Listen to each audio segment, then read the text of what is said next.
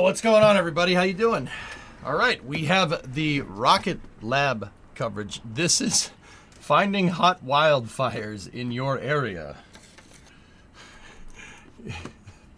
I'm not kidding.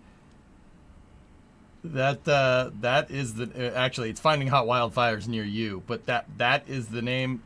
That is the name of this, and my alerter is very broken right now for some reason. I'll be home for a couple of days. Look what happens. What's going on? What's going on, YouTube chat? How are you guys doing over there? Twitch, you guys doing good? Yetikus gifted 5 subs. Hokie gifted a sub to Supersonic Retro Propulsion. Jared had a 37-month resub. And then Ike had a 4-month resub in there. Hokie gifted out 10 a second ago. RC Horseman had a 6-month resub. Thanks, man. Play Smoke on the Water, please. Let me see if the Rocket Lab cast is live. It absolutely is. So let's bring that up and. So let's turn up the audio from. Let's turn up the audio from Mission Control now, and we will go. I can't do New Zealand. I can't get that tone right for the life of me. Hokie gifted 20. That's not what the alerter says. I count 15. Smoke on the Water, huh? Is that what you want, Carl? All right, I need to set the distortion high to play that. Gain up. All right.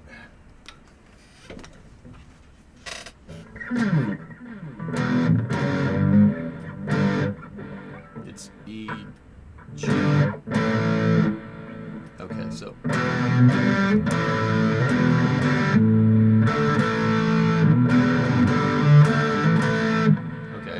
All stations LD on mission. Proceeding with the go, no-go sequence. Okay, here's the go, no-go. Stages go. Hokey gifted 20. You didn't have to do that. Oh my goodness. GNC. GNC's go.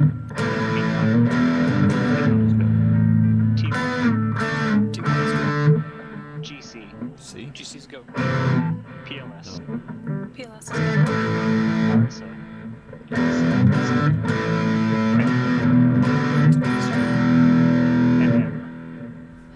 Is that what you wanted to hear? and LD sub. Or you could play with power chords.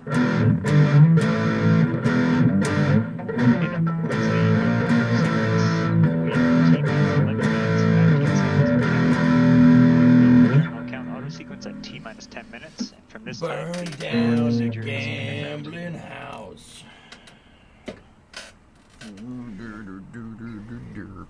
All right. Great news there from Mission. Great news there from Mission Control. This is an Australian accent. I still can't get that New Zealand accent right, and I apologize for that. On the dot launch in just 10 minutes from now. Oh, yeah, Carl, there you go. Now on your screen, of course, is Electron, our 3-stage. Is there a good city build? builder for a 5-year-old on Android?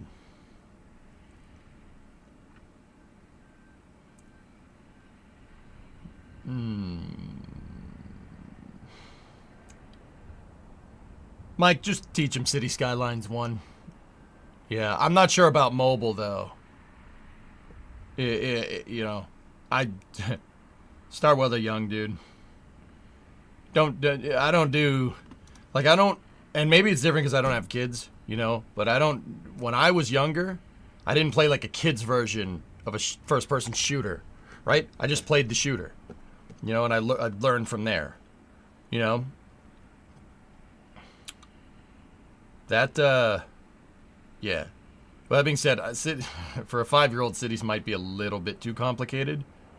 But, yeah, I'm not sure about mobile games on Android, dude. By batteries, making them the first rocket engines of their kind to reach space. Yeah, maybe SimCity on NES, famous. That's a good call. The use of batteries to power Rutherford's electric fuel pumps. Oh, it's awful rares, but anyway. Lighter and more efficient, while 3D All right. printing means precise manufacturing and quicker production times during. Okay, guys, so I am going to run ads, just a pre-roll, so people don't get ads during the Ascent. I hate ads, and I very rarely run them. I don't believe in doing that. We get overstimulated enough by everything in this world. So running pre-rolls is my attempt to watch for the people that aren't subscribed. Once again, I don't care, sub or not. I earn subscriptions. I don't ask for them. If you like what you see, do it. If not, I get it. Totally good. I want to make sure either way that you have a good viewing experience here. So we're gonna run those ads, and yeah, I'll see you on the other side. Space to help minimize space junk. It is also 3D printed, and it can be operated autonomously without. Clearly, constant workers would control be the from best ground, choice. which Workers makes on it great easy for missions probably that are deployed would be just outside of the ground fine. station's range. I'm not sure you Now, want to after introduce today's Soviet launch- concepts to a 5-year-old, though. Because then you have to go and explain why that doesn't exist anymore. So you might be better off just, you know, playing a regular city builder. Small satellite missions like today's that I assume the satellite is going to detect wildfires. So SAR satellites can do that, an Earth observation. That's what those satellites do. Let me get you the gist of what this thing does. Once again, Electron totally owning it with the names of the mission. This is an Electron Curie mission called Finding Hot Wildfires Near You. That's pretty funny. Here, let's see. Hold on. A commercial airline, that's subsonic, which means slower than the speed of sound. You've got supersonic, which is the range in between, faster than the speed of sound up to about Mach 5, and then Mach 5 is above that. So think faster than the fastest Trying to fighter get jet deets for know you guys. about. Starting a couple years ago. All right, so this is a Orotech Constellation Phase 1. Orotech is developing a constellation of satellites with thermal infrared cameras that can provide 24/7 monitoring of wildfires globally, supporting better and faster wildfire response to protect forests, people, and infrastructure worldwide. The mission will deploy its latest plane of satellites called OTC-P1 to their current constellation, further expanding Orotech's an Aurora text. There's another R in there. Capabilities to first responders, governments, and industry partners. The company will expand the constellation with up to 100 satellites by 2028. There's 8 of these satellites on board, heading to a sun-synchronous orbit. You get fractions of a second of relevant hypersonic test environment. Here, we can throttle. I like a Hokie. We can gimbal. So we can achieve everything. And thanks for from the direct 20, man. I trajectory, appreciate it. A boost glide. I'm sorry the trajectory, which alerter is is called not working. depressed, I don't or more understand why it's not parabolic working. re-entry Gotta figure it trajectory, out. all with one launch vehicle.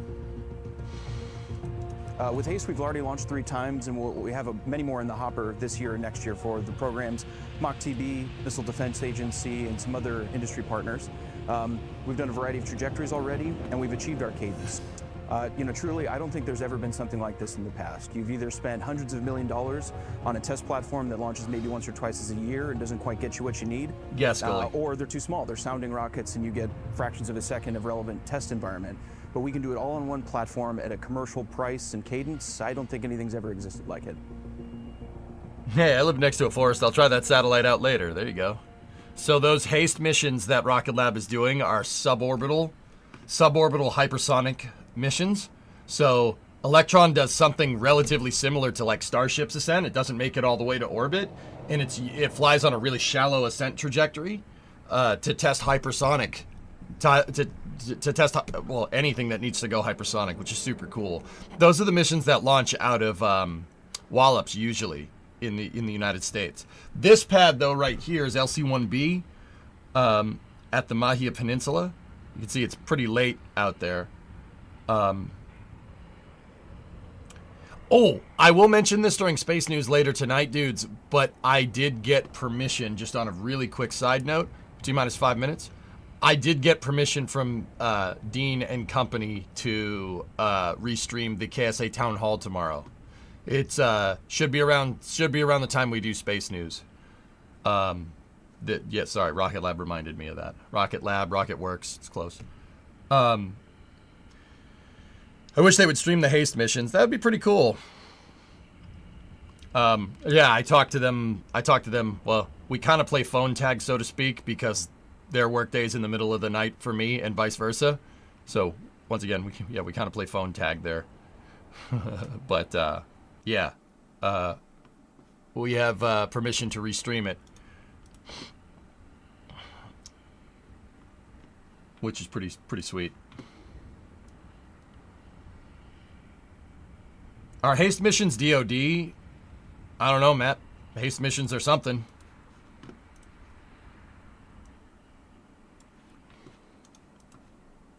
LD GC mission. GC LD. ECS is disabled. Pad auto sequence is armed. Pad is ready for launch. Environmental control systems on the Copy pad all. have been disabled. That was ground control communicating to the mission director that they shut off all the HVAC systems. Not a lot of people know that rockets, when they're on the pad, they have to have basically air conditioning or heating, depending on where the launch site is, to make sure that the payload doesn't fry or freeze inside of the fairing. Fun fact, most of this hardware right here is not designed to operate down here for very long. So when the rocket is on the pad getting ready to go, like fueling or whatever, there's environmental control systems. There's an air conditioner, basically just HVAC. There's an air conditioner or a heater, depending on where the launch site is. I have done the ads. Yep. That was them telling them that all HVAC systems are off. All stations LD on mission. From now, there should be no red flags on your critical LCCs. You don't need the air Beacon, conditioner for LD much mission. longer. That's why they shut it off. LD beacon. Lock auto sequence and confirm. Locked. Confirm all flight computer ASGOs are green. All ASCOs are green. And all stations, we are go for auto sequence start at T-minus 2 minutes. LD is go for launch. Launch director reports go for gerbils. Or no, go for launch, not go for hamsters.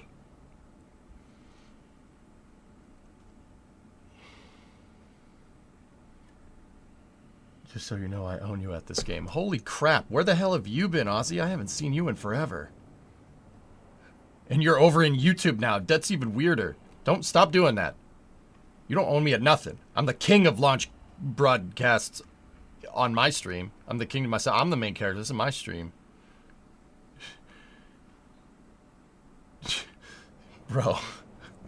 for a freaking blast from the Vehicle is past, fully on dude. internal power. Totally threw me off my game. AFTS is green. All right.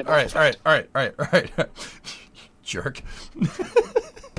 Launch auto sequencer has started. We're T-minus 1 minute and 42 seconds away from finding hot wildfires near you.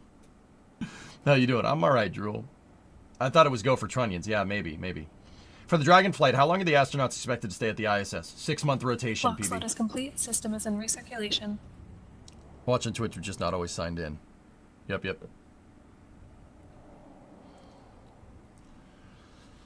Well, I appreciate you watching, Ozzy. I do.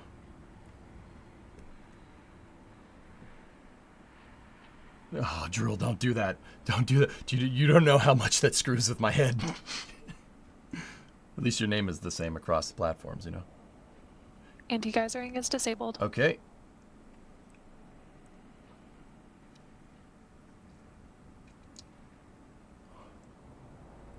Stage 1 and Stage 2 tanks are pressed for flight. High flow engine purge enabled.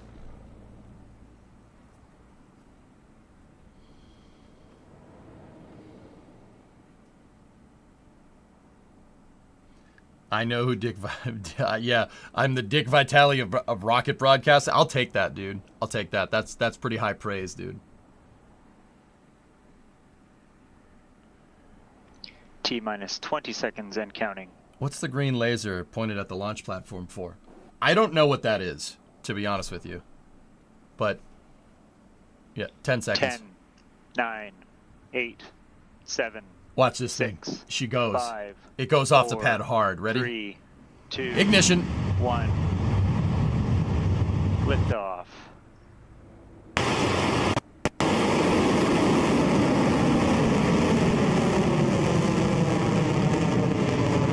Beginning pitch over. Okay.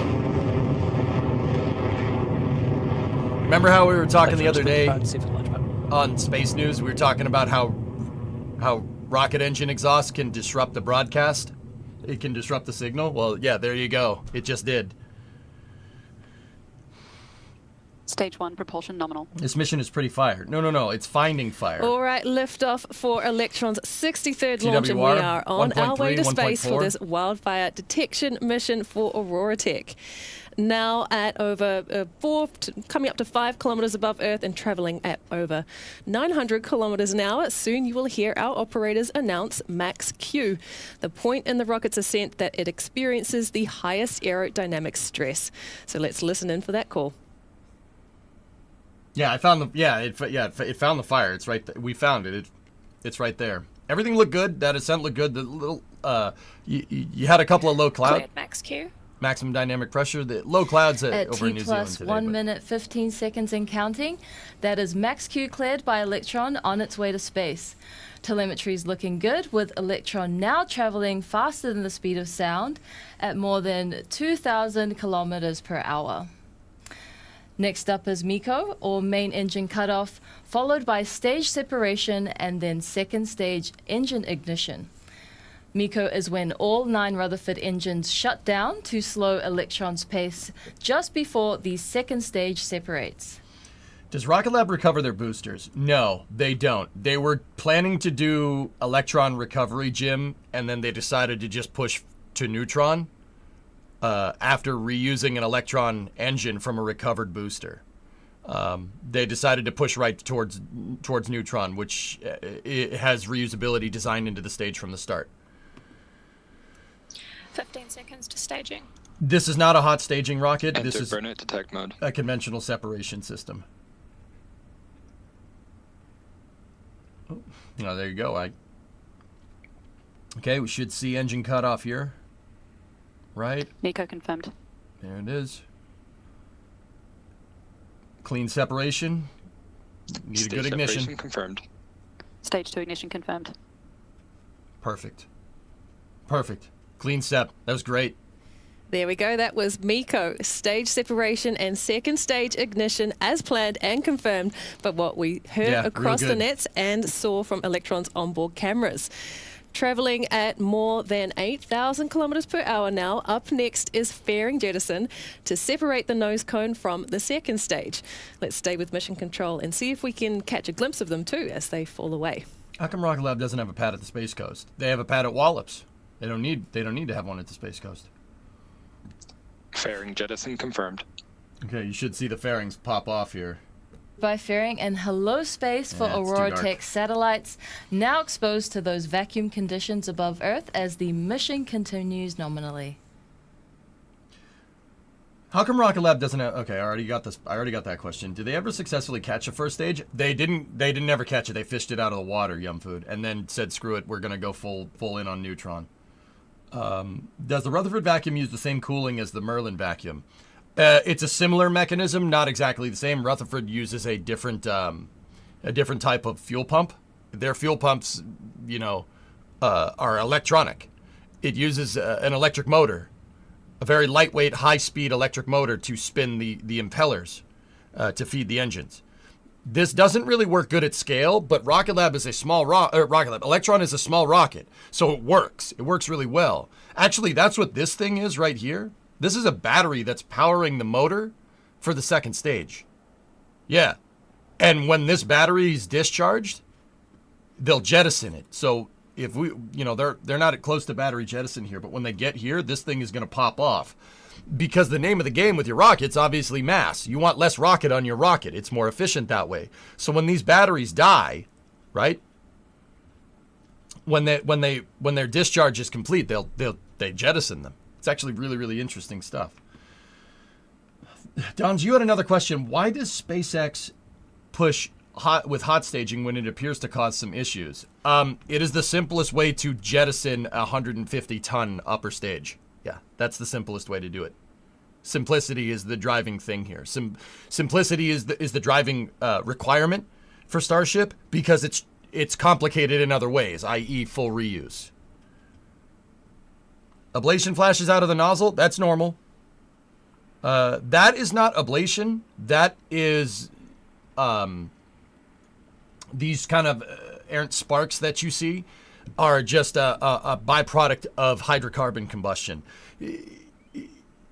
If you look at like a Falcon 9 launch, the Merlin vacuum, you see this same phenomenon. It's a much larger nozzle.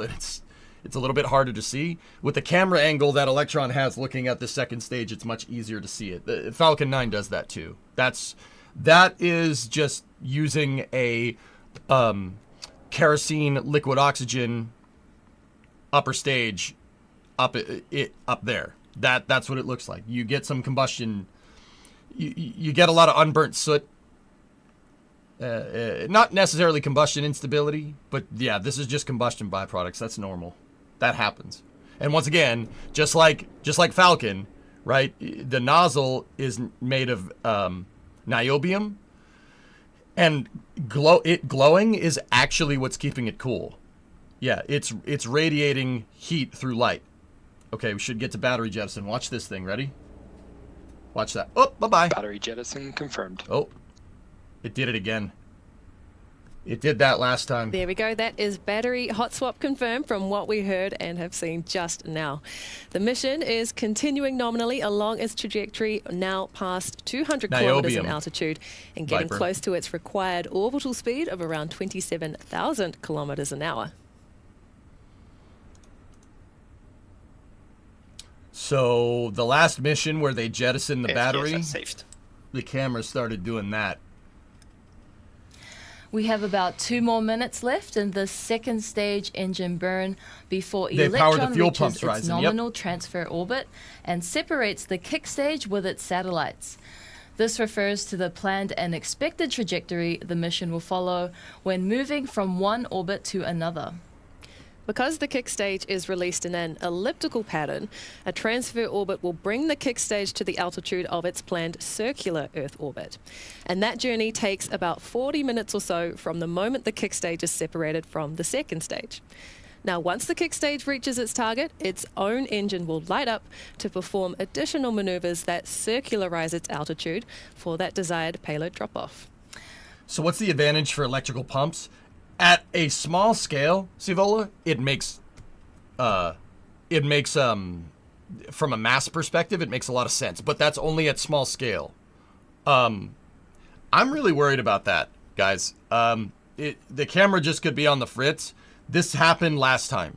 Right at battery jettison, their second stage camera started doing this. And we did see some nozzle burn through on the last flight. I don't like that. That is not very, that's not what you want. Obviously, they don't want the camera to do that.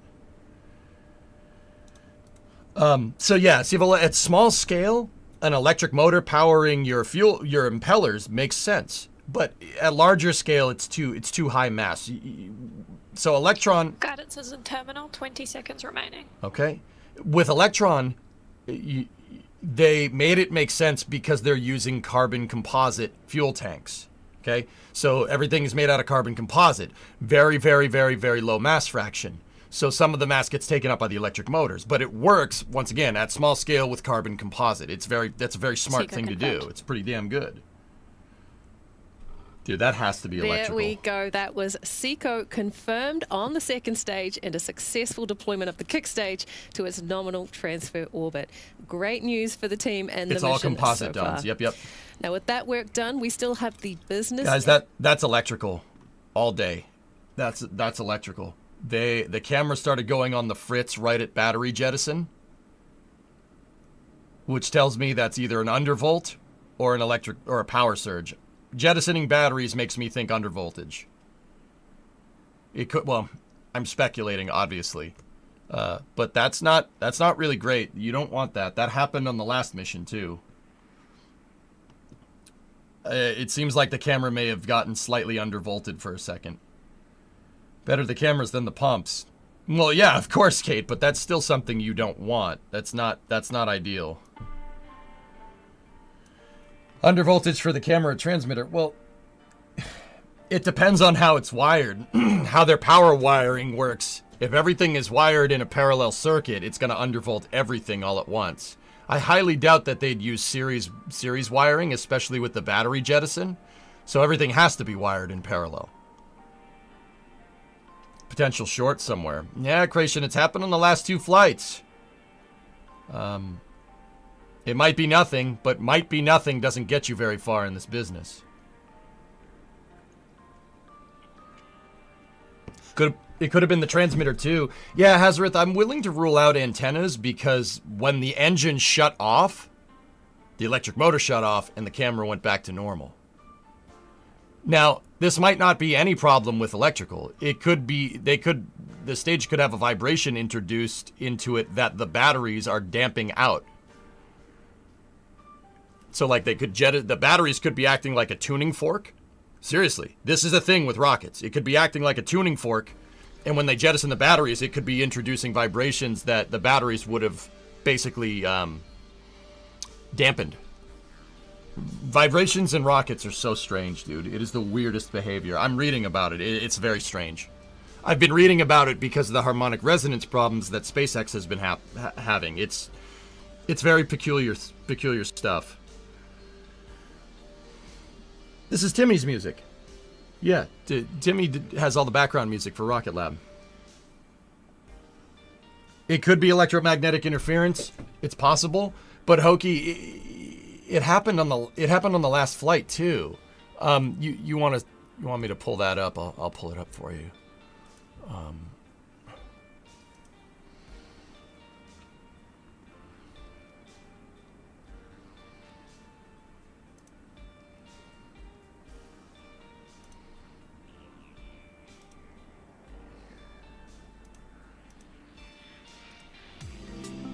All right, hold on.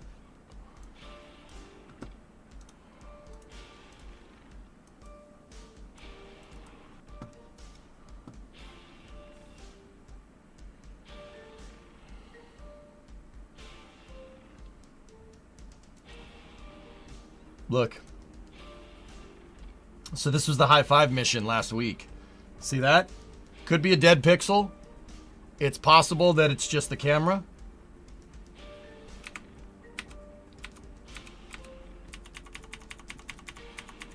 But see, look. Check this out. Right after battery jettison. Watch.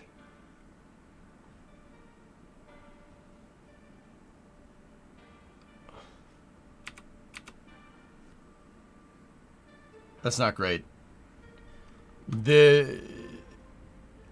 Obviously Rocket Lab doesn't see it as something that's, you know, like gonna threaten the missions. But if it was me, I'd be watching out for whatever's doing that. That's not great. 2 missions in a row, that same thing happened. That's not... Like, don't get me wrong, I'm not concern trolling. I want Rocket Lab to launch more. And there's no way they don't... There's no way in heck that they don't see this.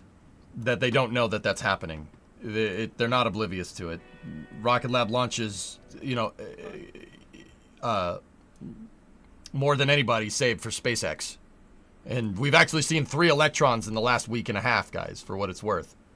This one launched off the same pad that the first one launched off of a week and a half ago. That was the... that was the Lightning God Reigns. Oh, that was 11 days ago. So 11 days ago, 8 days ago, and right now. Pretty good, man. 3 launches in less than 2 weeks. That's pretty good. I mean, once again, we get spoiled by SpaceX. SpaceX makes it look easy. As a reminder, EMI can also be paused by a change in the hardware that you're utilizing on the vehicle. It's not always external interference. Oh, yeah? Yeah, maybe. Ike, what's up, dude? That pixel is a reflection. You can see it move around. Well, that's good, Rocket Guy. I mean, yeah, didn't get any burn through then. Top considerations. What design changes have occurred recently that have impacted these 2 launches in particular? It looks like their batteries are different, or their camera is different. Is their next rocket like Falcon 9? Similar, Linus. Its Neutron is smaller than Falcon 9. It's a medium duty vehicle. Falcon 9's a heavy lift vehicle by definition. Yeah, I saw it, W. Yep.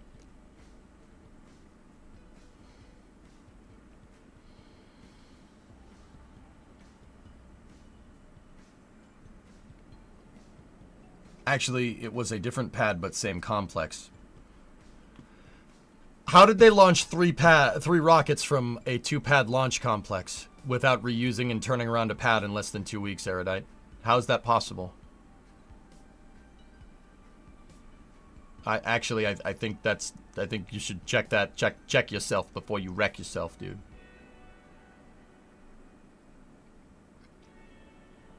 Also, maybe they implemented changes to the last 2 launch because they were already built and ready to fly. Yeah, Yuri, it's clearly something that's not too of high concern to them. Yeah, where Neutron is going to end up, guys, is somewhere somewhat analogous to Antares or Firefly's MLV. Somewhere in there. Kind of crazy how Falcon 9 seems so small in comparison to Starship, but it's still heavy lift. You gotta... Dude, Starship is rewriting the book on how this all works. You know, you go back 10 years ago, Falcon 9 is like that's a big deal.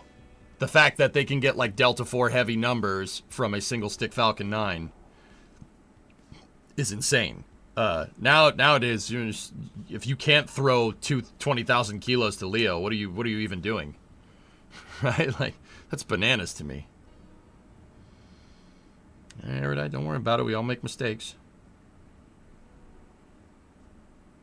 Just remember, think before you bleep bloop it down, right? Me, I get paid to just say stuff. So if I'm wrong, it's not a big deal. If you're wrong, though, it's very negative.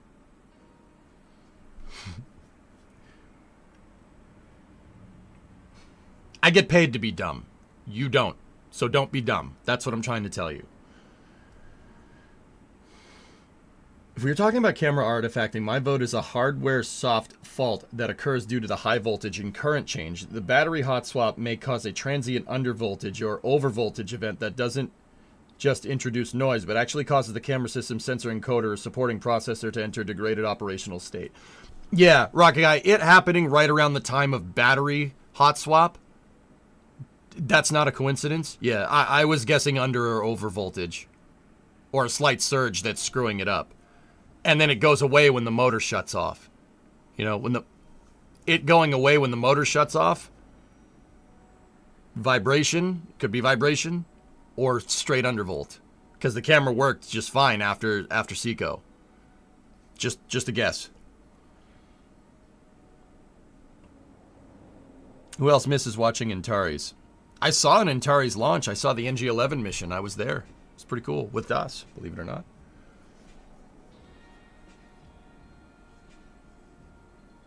I would not be surprised if the Starship issue is something related to Raptor 2.5 changes to make Raptor 2 compatible with Raptor 3 hardpoints. Marius, that's my guess, dude. That's what I guessed. Dude, I had kind of an epiphany after Flight 8 did the exact same thing. And my running theory is that, look, SpaceX is trying to make an assembly line here. Right? They're trying to make an assembly line for Starship, right? Makes sense? So think about it like how you'd play Factorio or Satisfactory. You know, you'd make a line, and maybe that line isn't adequate enough for what you're doing down the road, right? So what's the solution there? Is the solution to just get rid of the entire line and redo it? Hell no. Doing that will set you back even further. Anybody that plays Factorio or Satisfactory knows this. You don't ever delete what you have. Don't ever do that. Just build another one. Just build another factory right next to it, right? But in the interim time before you set up your main new production line, you're going to make the parts that you need for the line, albeit using the old line. So what am I trying to say? There are different parts of Starship manufacture that are in various phases of upgrading. So what you're going to get with a Starship, right, nowadays is potentially transfer tubes that are designed for a version 3 Starship with engines that are designed from a version 1 Starship, right? Because just how production lines and industrial capacity works. This is Factorio 101. I'm pretty sure that that's what's going on. What reinforces that theory, dude, and once again, this is me agreeing with you. What reinforces that theory for me is the fact that SpaceX is coming up with mitigations. They're doing mitigations instead of outright fixing the problem, which tells me that the real solution, the real fix to the harmonic resonance problems is coming down the pipe. It's coming down the proverbial conveyor belt, but it hasn't gotten to flight status yet. That's my guess. I was thinking about it, like, if SpaceX is trying to play Factorio with rockets, it's going to take a second to get that right. And you're going to get weird Block 2.5 or Block 1.5 or Block 1.6 rockets, right? You're never going to have like version 1, version 2, version 3, despite SpaceX's nomenclature. It's never going to be exactly right. There's thousands of changes between each rocket, self-admitted from Elon himself. So that tells me you might get a Block 2 engine with a Block 3 version of a transfer tube in a Block 2 hull.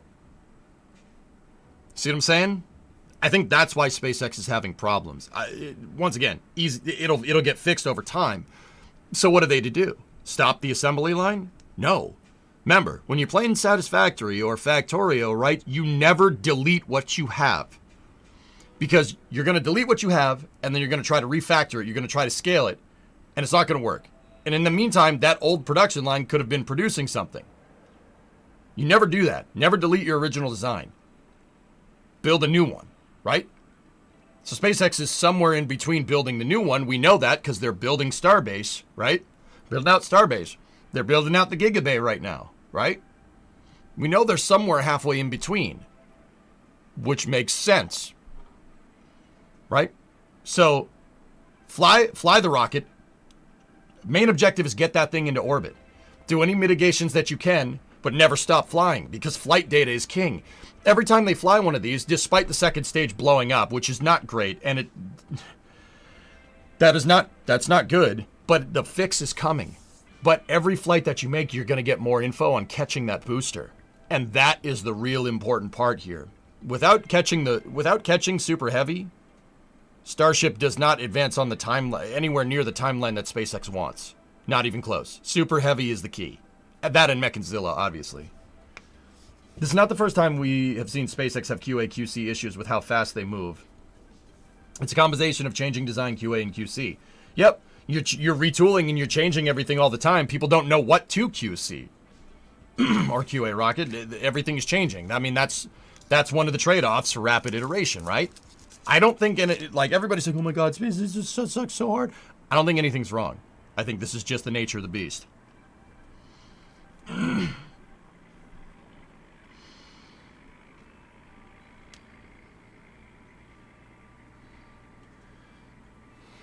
The problem seems to be the vibrations coming down the pipe, literally. Yeah, Andrew, that's right.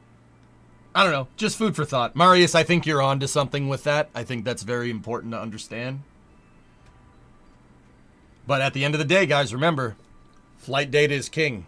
You can't pay for flight data. Well, you can't. The only way to pay for flight data is by putting something on the pad and launching it. So they want to get rid of the ships that it's currently in production as soon as possible. Yeah, Cirque, we've seen this exact behavior from SpaceX with SN11. They should not have flown SN11. It was too foggy. They rushed it, and it blew up. And it rained stainless steel shrapnel all over Boca Chica Beach. We've seen this exact behavior from SpaceX before, and then they fixed it. And then SN15 was legendary, right? It's always darkest before the dawn. Remember that.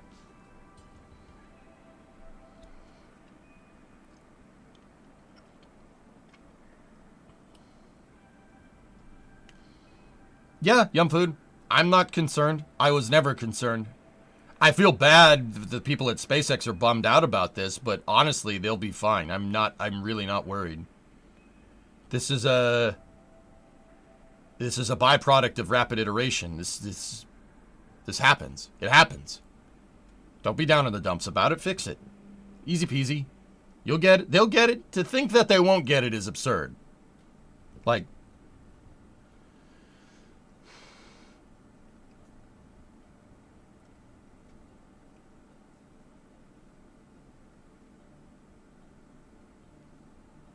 yeah, rocket, it's something electrical, but saying something electrical for a rocket called Electron is pretty vague, but it is nice to theorycraft. Like, once again, it's undervolting, I agree. Space news after this or later? Space news is going to be at the regular start time, Luca.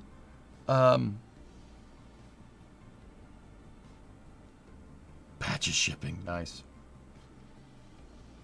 So B3 ship 39? I think so. Milg, I think that's fair. No, this sucker's electrical. But I need a nuclear reaction to generate the 1.21 gigawatts of electricity I need. It's not plutonium powered, though. So at 2 a.m. Yeah. It would be... Space News will start 5 hours from right now. Nuclear Electron? I don't hate it. I think Electron's too small to really do that. Call Peter Bick. Can you imagine an Electron rocket with an RTG on the second stage, rocket guy?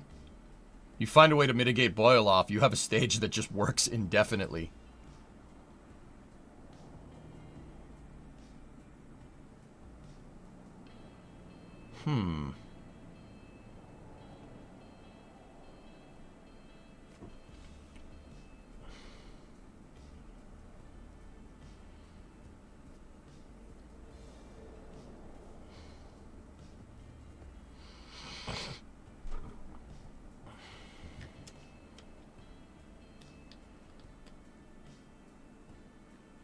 I doubt you were the first to think of that. Well, of course. I personally think that nuclear ion thrusters or nuclear Hall effect that's future spacecraft design. Like that. It's just something we haven't tapped into because ion thrusters are really only limited. It's a scalable technology. Not a lot of people understand that. Ion thrusters right now are only used for like station keeping a satellite. The reason why is because the ion thruster is the size of the ion thruster is denoted by how much power you can generate. Everything is solar powered. If we get like an RTG, well, actually an RTG probably wouldn't be good. You need a nuclear reactor. You need something that can generate a lot of power. If you get something that can generate a lot of power and scale your ion thrusters, you can make an ion thruster that actually produces thrust that's more than like a desk fan. I say this like this is some easy task, you know, and, you know, I'm sure in 2025 plutonium is available in every corner drugstore. You know, like. How long is the coast phase for this mission? About an hour.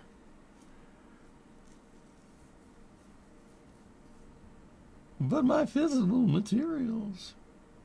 It's coming up near Cape Town, Dons. Yep. That's Madagascar right there. This is South Africa. That's Cape Town over there.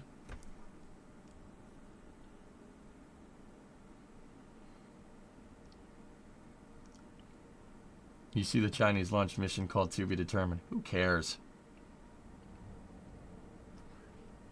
How about the lack of RTG materials? CW, I have no idea where that... I noticed that somebody posted a YouTube video. I saw it in my suggested feed the other day. That NASA has a plutonium problem. I mean, they don't. And if they did, it's only for an interim period of time. They did have a problem. The problem was that if you want to make an RTG, the things that are on like Voyager, New Horizons, Curiosity, Perseverance, well, that is a byproduct of making fissile materials for nuclear weapons. Something that the U.S. started doing again in 2018. Started making more fissile materials. We started making more nuclear fuel for weapons. That was because our stockpiles were 30 years old. Yeah. So, if this is somehow a problem right now, it ain't going to be a problem in the future. Hey, Theix, 88-month resub. Thank you. Hey, Elisers, what's up? Yeah, Real Engineering. Yeah, I don't understand why Real would put out that video right now, especially, like I said, the current president during his last term reinitiated nuclear material production in 2018. I could be a little fuzzy on the date, but I know it did happen. I remember we covered it for Space News for this exact reason. I don't think NASA is going to have a plutonium problem in the future. Do you think Rocket Lab would sell me an Ultimate Max Extreme Race battery for your car? You were saying something, Element, about the price. I'm sure they would. All of Rocket Lab's hardware is for sale in some way, shape, or form, dude. They've positioned themselves as a supplier and launch provider, which is pretty dang cool. But, you know, it's not a Everstart battery or a diehard, if you catch my drift. The plutonium production is restarted. It's just slow because of physics. Yep. The box said 10 horsepower. Nice, DJ streaming at a reasonable time for Europeans. I guarantee you I will go back to doing that next week. I just need time to clean the friggin' garage. He said it's hard to make new uranium-238, but he also said they're making new. Scott Manley commented on the Real Engineering vid. Peter Big Brain. It's all good. Thanks, man. Yeah, thanks for bearing with me. All right, Element. I mean, we're already through this coast phase here, so we'll probably keep going. I'll probably go until the Curie burn, and then we'll go from there. So when does EJ install a SpaceX package on the truck? Hey,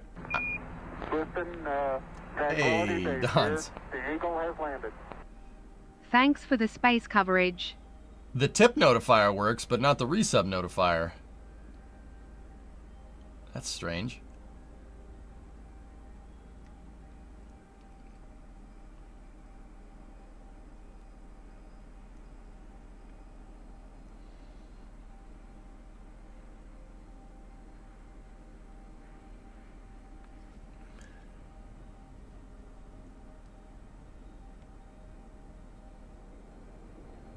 What, Matt, what does that mean, dude? Jeez. Do you think Ship 39 will be a V3 upgrade to address the V2 failures, with a V4 upgrade a while after? I think V3 has been in the pipe for a long time, reactions, and SpaceX knows that the harmonic resonance problem is a thing, and they knew it was going to happen. They sent it anyway, with mitigations, to try and make it to orbit, because that right now is the goal. Make it to orbit. Doesn't matter the means. I know that sounds ridiculous. That sounds completely crazy, right? But that's what's going on. That's how they think. Make it to orbit. One requirement at a time. Make it to orbit. Doesn't matter how. Once you make it to orbit, you can get the data to corroborate your fix. But in the meantime, launch what you have. Try to make it to orbit. That is the goal with Starship. And to be 100% transparent with you, I got that from a SpaceX employee. Last time I was down in Brownsville, it's so strange, SpaceX employees coming up to me and saying, "Oh, I'm a big fan." I'm like, shut up. I'm a big fan of what you do. Frick what I do. I commentate about your work. You do the actual work. Frick you, you're a fan. Get out of here. You know, like, yeah, I was talking to a gentleman that works there. You know, the goal is just to get to orbit. Just get to orbit. That's how they think. This is what's so refreshing about SpaceX, right? I like this. And Rocket Lab is this way to an extent. They don't use rapid iteration as much as SpaceX does, right? But then again, they might with Neutron. Who knows?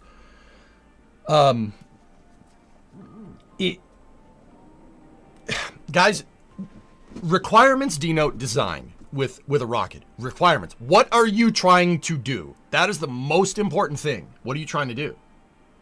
Now, it's very easy with rockets to get locked into the minutia with that. What are we trying to do specifically? No. Take a step back. Well, we're trying to make sure that this engine works at this specific impulse with this amount of thrust for this amount of time to achieve this result to get to this pinpoint.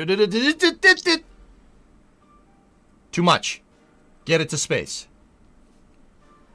Just you're splitting hairs with your requirements. SpaceX doesn't do that. They don't do that. You pick something and you go with it. And I think that's why they've been so damn successful, because that's what they do. They pick something and they go, right? It was super heavy first. They went from SN15. What's the next thing? Okay, the next thing is we need to get the booster to work. If the booster doesn't work, none of this matters, right? And so that's where they went after SN15. Before SN15, it's get Starship to land. Because if Starship doesn't land, none of this matters, right? The descent phase is for stuff is usually what gets tested first. Think about it with the space shuttle. What was the first space shuttle missions? Approach and landing tests. With any capsule, what's the first things you do? You drop the damn thing out of an airplane and make sure the parachutes work. That's what they did during Apollo. That's what they did. SpaceX did that with Dragon. Boeing did that with Starliner. Testing the chutes. If the capsule doesn't land, who cares? You could have 100% by the book perfect mission, and if the parachutes don't work, or you don't land on the runway, or in this case, you can't do that flip and burn, who cares? They pick a requirement and they go with it. And then eventually you get the full scope of the vehicle. That's why the design always changes. It's really, really smart.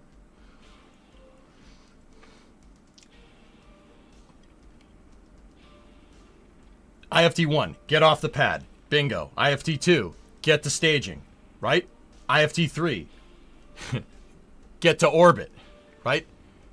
Or actually, it's not get to orbit. It's get to second stage engine cutoff. Now, once again, sometimes stuff does go backwards, right? Starships have gotten to reentry, right? And these ones didn't. But once again, I do believe the mitigations are a very telling thing. SpaceX doesn't mitigate problems. They solve them. But sometimes solving them takes time. Particularly with this one. Now, once again, like you gotta go back to driving requirements, right? What's the driving requirement for changing the transfer tubes? What's your driving requirement there? Why would you just arbitrarily change your transfer tubes? You would change that. You would change that specific part of a ship if your engines are different. Raptor 3? Anyone? Right? Look at the difference between Raptor 2, 2.5, and 3. Big differences. So why change the design if it was working previously? Because you're designing it for engines that aren't ready. Because, once again, bottlenecks in your production line. This happens.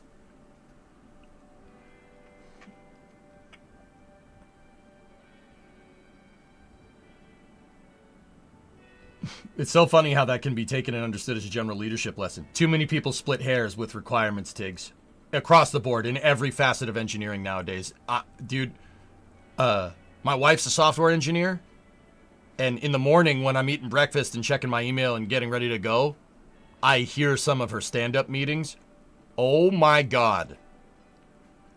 I would go bananas. I would go insane.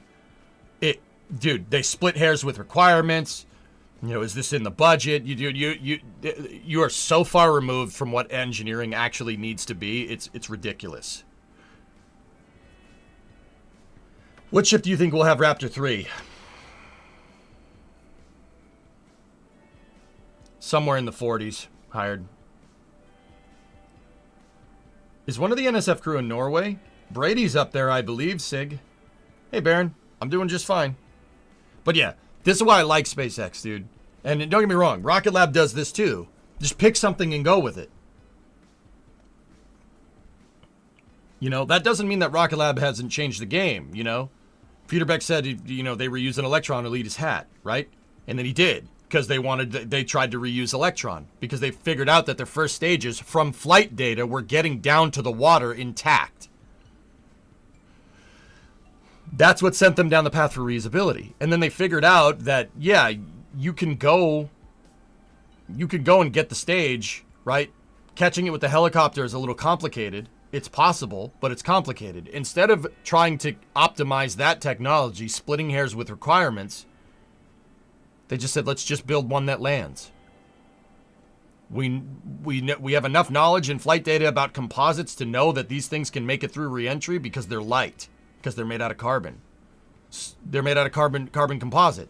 And because of this, develop a rocket that's specifically designed for it. That was all learned from driving iterative results, from flight data. Flight data is king. It all goes back to that, guys. You learn the most on the test stand or not on the testing. You learn the most on the launch pad. Ideally, you don't want to learn the most on the launch pad, but that's the nature of the beast.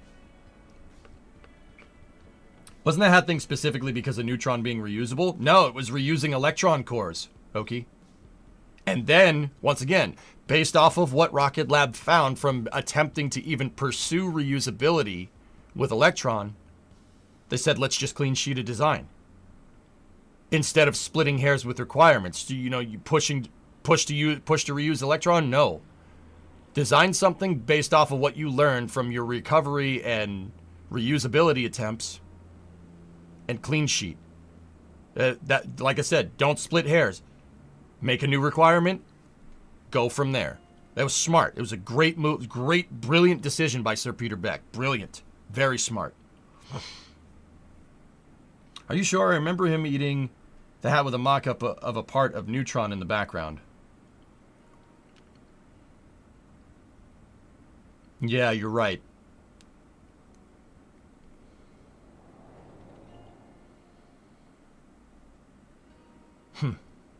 Yeah, now I need to go check.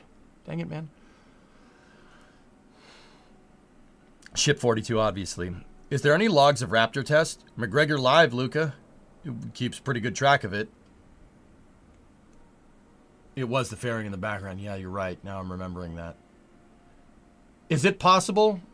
Is it possible? I could be just dumb. That is a very distinct possibility. I'm not going to rule that one out. Is it possible that they decided to do Electron reusability and tell the world about Neutron at the same time? Or am I just completely off base? Because I seem to remember that driving the requirement. Like, try to reuse Electron, learn from that to get Neutron. Like, I could be just crazy. Like, I could be completely misremembering. Like, I don't know. We'll have to fact check later. I'll do it during Space News. Coast phase is almost done, guys. So why a long coast phase? Well, Rocket Lab is waiting for the vehicle to get within range of their ground stations. You see the pings up there at the top of the screen? They're going to wait until it goes across northern Africa to a ground station in Europe to do the Curie burn and then subsequent deploys.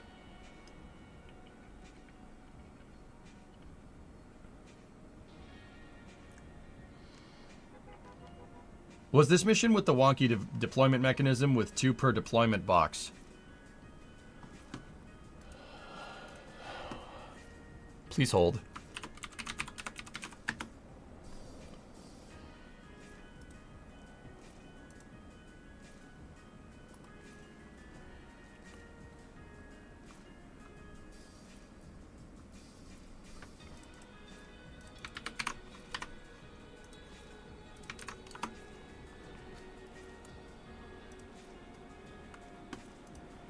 Launching on Electron's 63rd mission in just a few hours, there are 8 wildfire detection satellites for Aurora Tech, with thermal imaging cameras and specialized sensors. Oh, look at those little guys. It's on top of the Curie. See this thing right here? It's Curie. It looks like one box deploys 2. Grab Shark. Where are you going? You forgot the briefcase. You forgot the briefcase.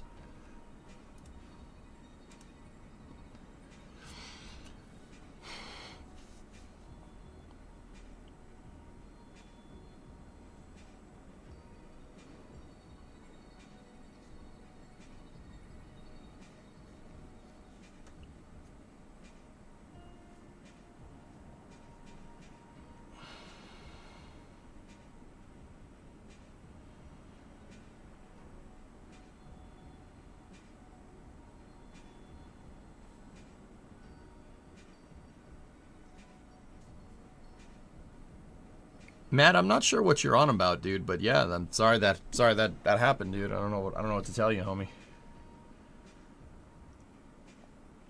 I guess be grateful that we can have a candid conversation here.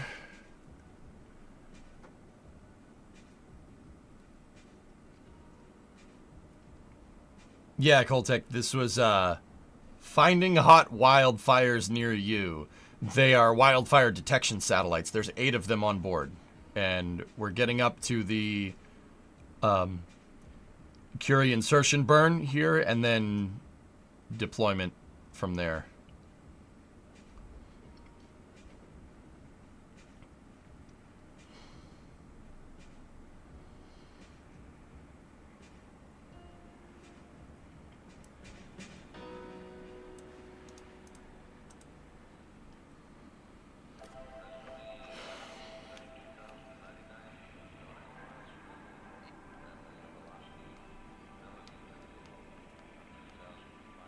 You can see Rocket Lab updated their UI here.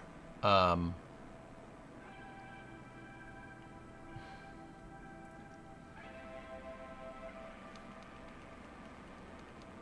what do the waves mean? That's the range of their ground tracking stations. They should be coming in range to one in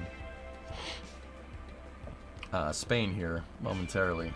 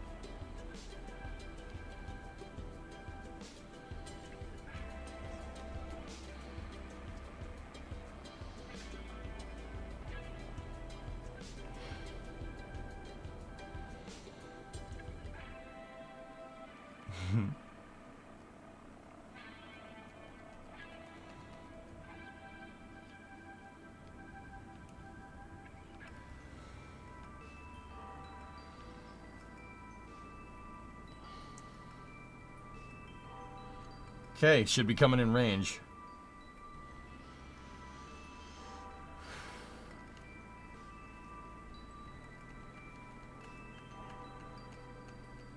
When will the fire tracking satellites go online? Probably another couple hours, Sig. What's that tracking station on the left? What's that island chain called? The Canary Islands? Oh gosh. I might have to turn in my geography nerd card. Azores. Canaries? Yeah?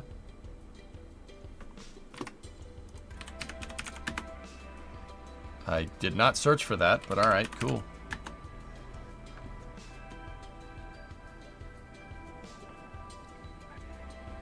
I'm annoyed that I had to look this up. I'm usually pretty damn good with this stuff.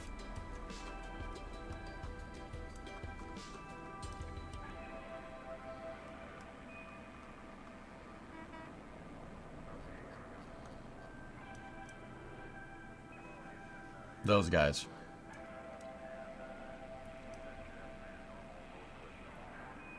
Azores. Yeah, okay. Canary Islands are below, closer to Morocco.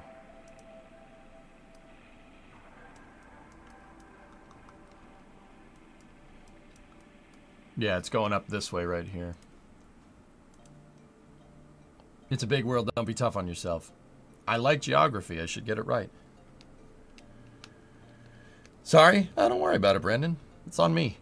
I should know this stuff.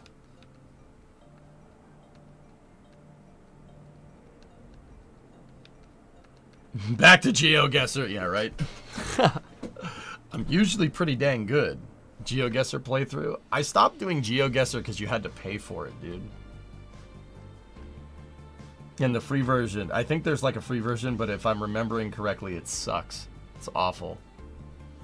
That's the Earth, idiot. Oh. It's coming to Steam? Really, Mutter? Cool.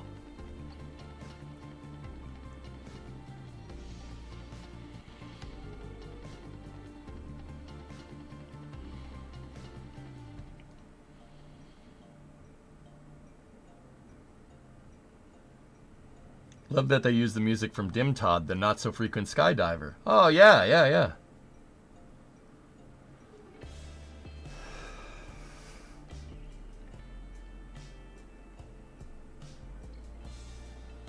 We should be getting an update here from them very soon. You miss living in Morocco, Yum Food? Huh. Interesting.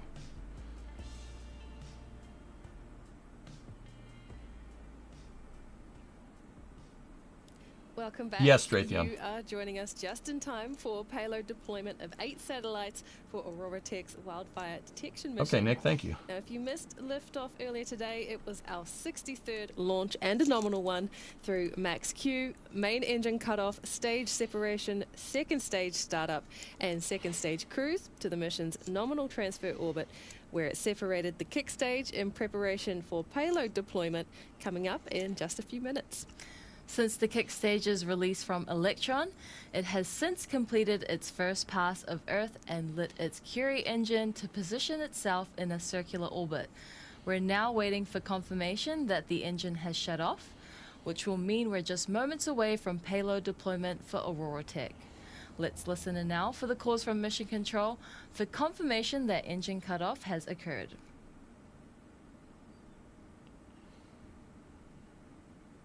Curie cutoff confirmed. Nominal final orbit achieved. Good. Curie shutdown is confirmed. Excellent news for the mission. Now less than a minute until the 8 Aurora Tech satellites are released from the kick stage to begin their wildfire detection mission. The satellites will be released from their dispensers 2 at a time across 4 events. And the first They deployment see you is now sneezing just moments on away. camera. Hey, guys. Oh. The guy was like, oh, did you see that?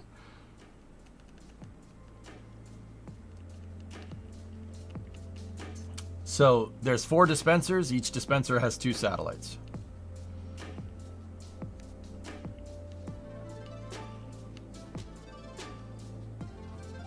Deployment of payloads Untitled, SC, and Esperanza confirmed. Are they in the running for over 100 launches like Falcon 9 this year? No, That not is even close. 2 down, 6 to go for Aurora Tech. Now, each deployment takes place within seconds looks of each tapered. other, so we won't have long to wait for the next pair to be released. I'm not saying nothing. The payload dispensers have a slight radial out component to them.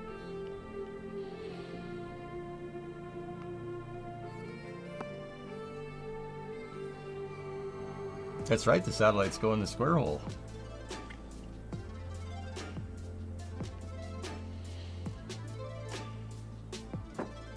Deployment of payloads Crimple Bro 2 and Thermoraptor confirmed. Thermoraptor, okay. Bye-bye. That's 4 down, halfway through the deployment sequence here. 4 more to go in the next minute or so.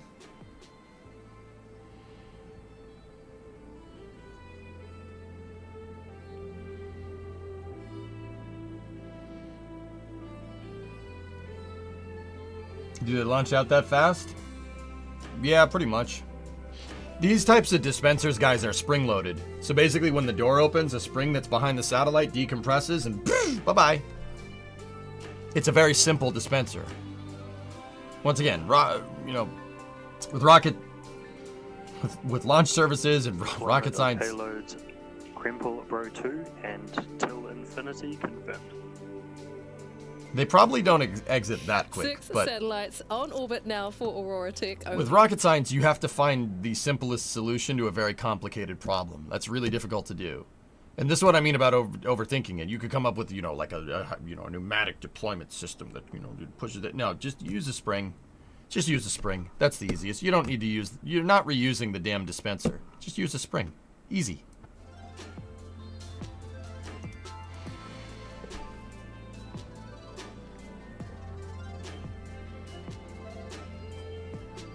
Once again, it's all actuated via the door. When the dispenser door opens, the satellite is spring-loaded behind it.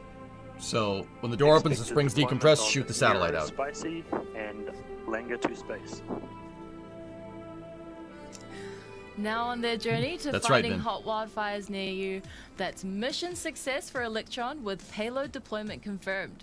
Congratulations to the team and welcome to orbit for Aurora Tech. Your mission is now underway. Hey, So that's don't sneeze on camera, boy. 224 satellites delivered to space, 63 missions, 3 launches in 2 weeks, all achieved by one team. So well done to everyone involved at Rocket Lab with another mission success for Electron. And we'll be back to the pad again soon with our next launch from Launch Complex 1. As always, thank you for joining us and sticking with the mission right to the end. Stay locked to our social media feeds for up-to-date information on all things happening in the lab. Until next time, this is Rocket Lab Mission Control, signing off. Nice. Good mission. Is burn 2 coming up for a deorbit burn? That would be my guess, X-Wing, yeah. I'm not too familiar with how the Curie works, but I would say, yeah, probably a disposal burn. Rocket Lab always does the casts really well. Yeah, they do good work. Out of all the commercial launch providers that aren't SpaceX, I'd say Rocket Lab has a great deal of respect from me, because they do this thing. Do you know what that thing is? It's very subtle.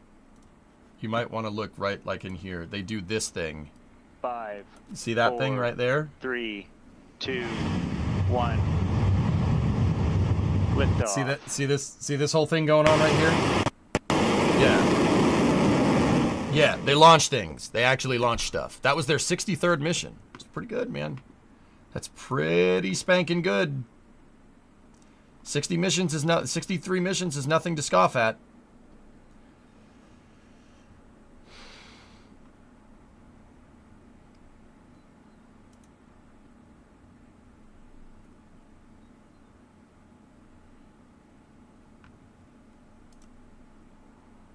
That's pretty good. Anyway, guys, that's going to do it.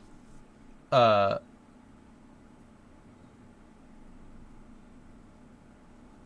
they do 63 a year, call you. All right. Okay, guy. Random question. For For a rocket order of magnitude larger than Starship, would you have more margin to build it without worrying too much about being super mass efficient because it's just so big that it matters less? Just like how SSLVs are more mass constrained than an SHLV. Yes and no. Mass fraction is mass fraction, but I wouldn't say that it matters less. That's the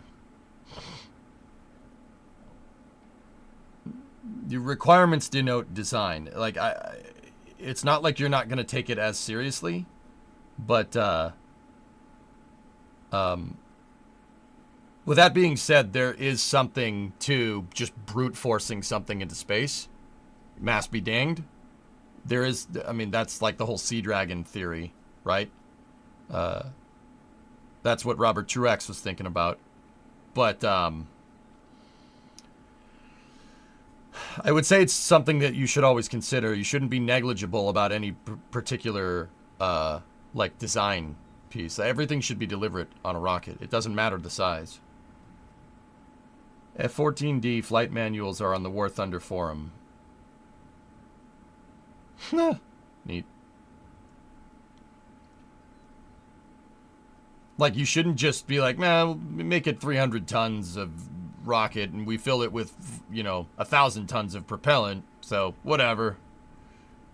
No, the mass fraction of your vehicle should be driven by what you're trying to do, by requirements. I know I keep saying that. I keep saying it till I'm blue in the face, but that really is what it's about. But, you know, the requirements of your vehicle, what it's trying to do, denotes your entire design.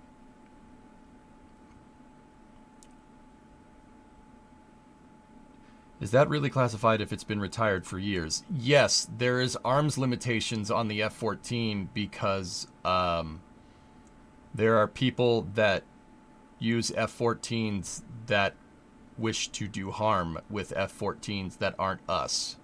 So, yes, absolutely.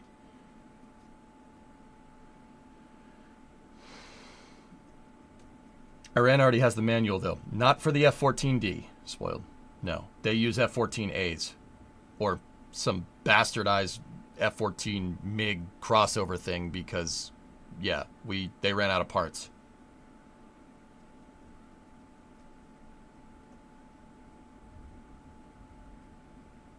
I hope so, Hellfish. That'd be cool.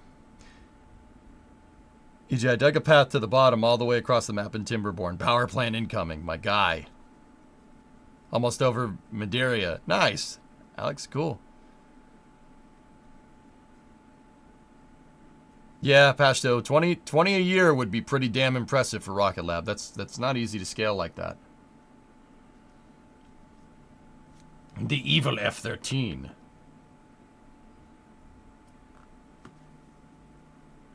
Anyway.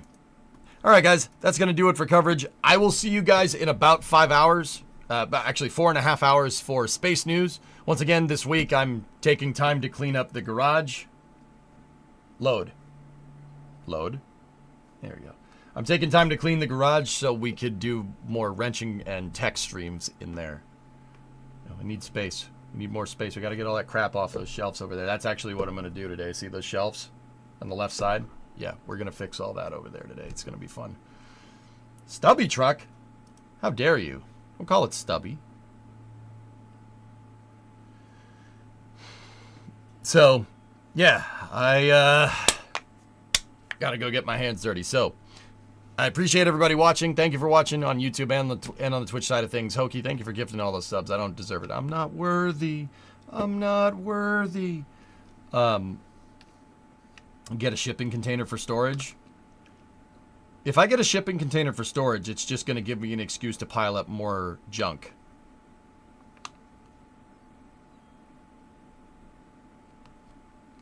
I'll think about it. I have other fish to fry right now. Not a bad idea though. Anyway, it needs to be a waterproof one. It has to be environmental proof, you know. Just one more lane, bro, I swear. Yeah, Grav, that's kind of what I'm worried about. Either fried fish, and that's a problem. Why? Okay, that's fair. All right. I'll see you guys in about 4.5 hours, something like that, for Space News. Thank you very much for watching. We'll talk more about vehicle requirements and stuff then. Thanks for watching, everybody. I'll see you. Back to the garage. Thank you.